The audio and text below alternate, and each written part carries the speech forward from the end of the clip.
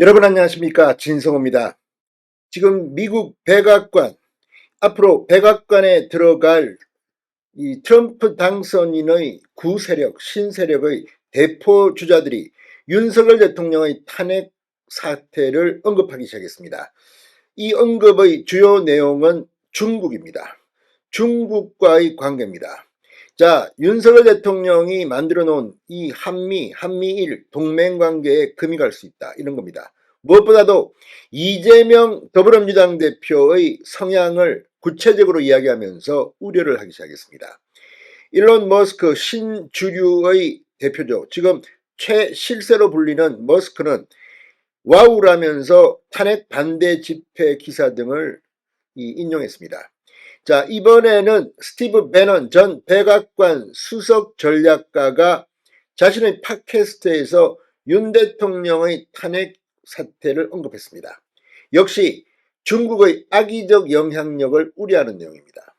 이런 우려를 반영하듯이 이재명 더불어민주당 대표가 서울 마포에서 이 중국 기자들, 물론 여기는 일본 기자도 있었다고 하는데 대다수가 중국 기자들인 외신 기자들과 비공개로 만났다는 그런 단독 기사가 떴습니다. 스카이데일리의 단독 보도인데 이걸 보면 정말 이재명 대표의 친중 성향을 짐작합니다. 물론 이재명 대표가 중국 기자들, 일본 기자는 2명이고 중국 기자는 상당히 많았다고 이 언론은 보도하고 있는데 그 다음에 서양 기자들도 만날지는 모르겠습니다. 그런데 이 비공개 외신 기자 간담회에 서양 기자의 모습은 보이지 않았다고 스카이데일리는 보도합니다. 그리고 이 자리에서 했다는 이재명 대표의 발언도 좀 충격적입니다. 개미, 전쟁 이런 이야기가 나옵니다. 자, 무슨 의도인지 또 이 안에서 무슨 일이 벌어졌는지 정확히는 알려지지 않았습니다. 왜? 더불어민주당이 이 만남을 철저히 비공개로 한 것 같습니다. 자, 그래서 일반 언론들은 이재명 대표가 중국 기자들과 만나서 했던 발언 내용이 공개되지 않았는데 스카이데일리가 폭로했습니다. 이 자리, 이 빌딩 앞에서는 이 보수 성향의 시민들이 기자회견, 집회도 열었다고 하는데 어떤 일이 벌어졌을까요? 아무튼 윤석열 대통령의 탄핵 사태와 관련해서 국제적으로 이제 이재명의 성향이 도마 위에 오르고 있습니다. 진성호의 융단 폭격 시작합니다. 이재명 더불어민주당 대표를 융단 폭격합니다. 자, 도널드 트럼프 미국 대통령 당선인의 책사였던, 지금도 책사겠죠, 스티브 배넌 전 백악관 수석 전략가가 자신의 팟캐스트에서 한국 내 정치 상황과 관련해 중국의 악의적 영향력, 이걸 우려하며 한미동맹이 불안해질 가능성을 언급했다고 합니다. 강경 우파 성향인 배넌은 마포에서 트럼프의 전략 정책을 공급하는 최측근 인사, 이른바 이 미국을 다시 원대하게라고 불리는 이 메가 트럼프 지지층사이에서 여론 형성에 막강한 영향력을 행사하고 있는 이 메가를 불리는 트럼프 지지층 사이 이 여론 형성의 영향력을 행사하고 있습니다. 트럼프의 또 다른 측근인 일론 머스크 CEO, 테슬라 CEO도 최근 한국이 난세인데 이슈의 핵심이 무엇이냐며 그저 한국의 윤 대통령 탄핵 정국에 관심을 보였습니다.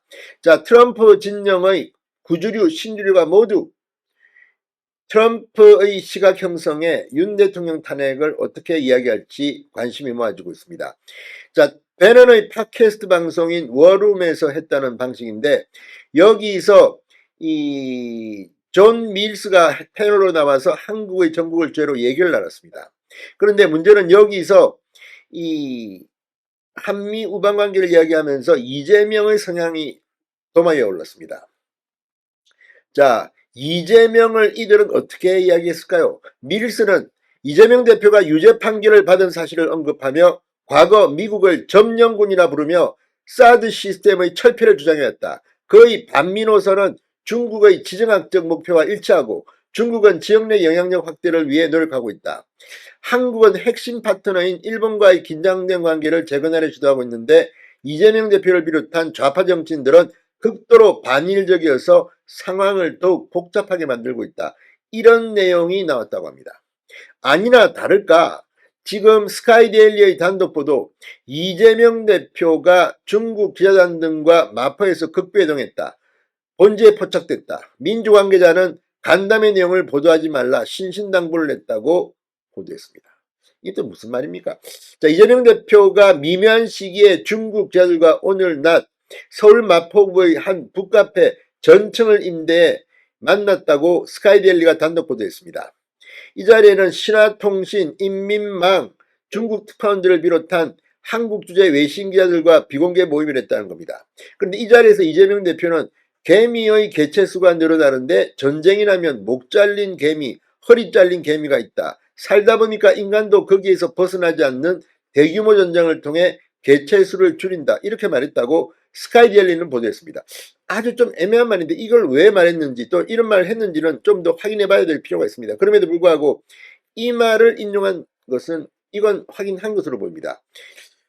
자, 아무튼 이런 발언들 기자단 질의에 응답하는 과정에서 나온 발언이 아니었기 때문에 평소 이재명 대표의 식견이 드러난 것 아니냐는 해석이 나올 법한 상황이라고 스카이데일리는 보도했습니다. 이날 행사는 민주당의 이재명 당대표의 공식 일정으로 외부에는 알리지 않았다고 합니다. 그러니까 비공개 공식 일정입니다.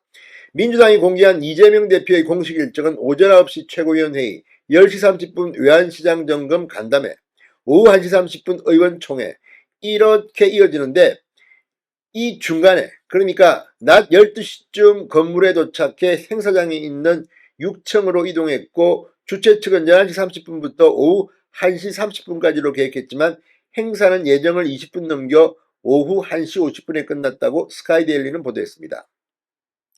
주최 측, 경호 측은 대표님이 오전 11시 59분에 오신다고 하신다. 기자단에 알리며 신경을 썼다는 겁니다.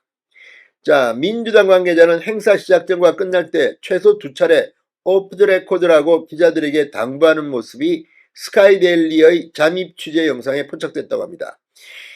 아무튼 지금 이걸 보면 왜 굳이 중국 기자들을 이렇게 많이 초청했을까? 스카이데일리에 따르면